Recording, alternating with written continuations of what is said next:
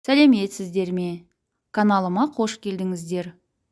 Бүгін сіздермен керемет сабақ өткізетін боламыз. Ол үшін балалар біз айналаңа қуаныш сыйлай біл психологиялық жаттығуынан бастаймыз. Сабақтың тақырыбы жол жүру ережесі. Жол көлік оқиғалары дегеніміз көлік құралдарының жолмен жүруі кезінде және оның қатысуымен пайда болған, адамдар қаза тапқан немесе жарақаттанған көлік құралдары, құрылыстар, тағы да басқа зақымданған не өзге де материалдық зиян келтіретін оқиғаны атаймыз.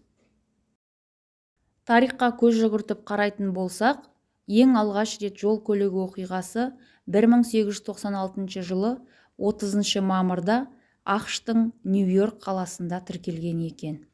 Егер сіз көшеде жүру тәртібін білмесеңіз, мынандай жағдайға алып келіп соғуы мүмкін.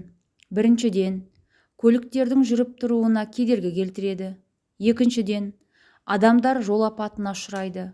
Үшіншіден, жолаушылар баратын жеріне дер кезінде жетпейді, яғни уақытты үнемді пайдалана алмайды. Төртіншіден, көпшілік көлік астына түсіп, денсаулықтарына зиян тигізіледі.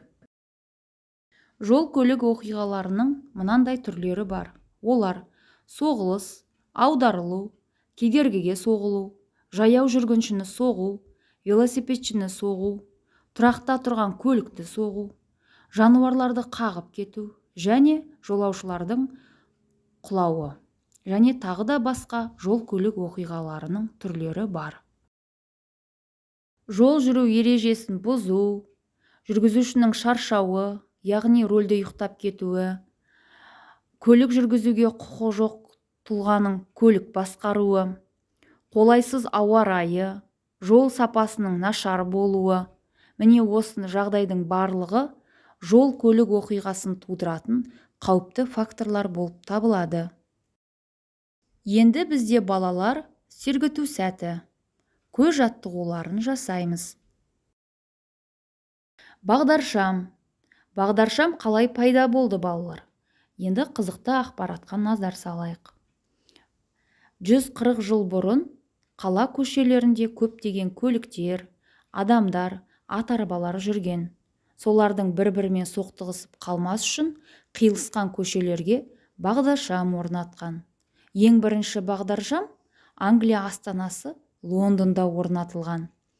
Бірінші бағдаршам өте өзгеше болған. Яғни ода екі көз болған, жасыл және қызыл. Оны арнайы адам қолмен басқарған. Жасыл, қызыл жолаушыларды көрсетіп отырған. Кілт түсін ауысуы өте қауіпті болды. Біреуі тоқтамаса, енді біреуі жүріп кететін. Сонда адамдар ескертуші белгі сары түсті ойлап тапқан. Уақыт өте келе бағдаршамдарды бағаналарға орната бастаған. Онда түсті көрсетуші үлкен қара тіл болған. Қазіргі бағдаршамдар тоқ көзімен жұмыс істейді. Олар өздері қосылып, жол көрсетіп отырады. Балалар, бүгінгі сабағымызды бағдаршам әдісін қолдана отырып, өз-өзімізді бағалаймыз. Яғни сізге ештеңе түсінбесеңіз қызыл түсті, жартылай түсінсеңіз сары түсті, сабақ түсінікті болса жасыл түсті көрсетеміз. Балалар, сіздерге тапсырма. Көрсетілген суретке ат қойып, суретті дәптерімізге саламыз. Каналыма тіркеліп, өздеріңіздің пікірлеріңізді жазып, лайк басуды ұмытпаңыздар.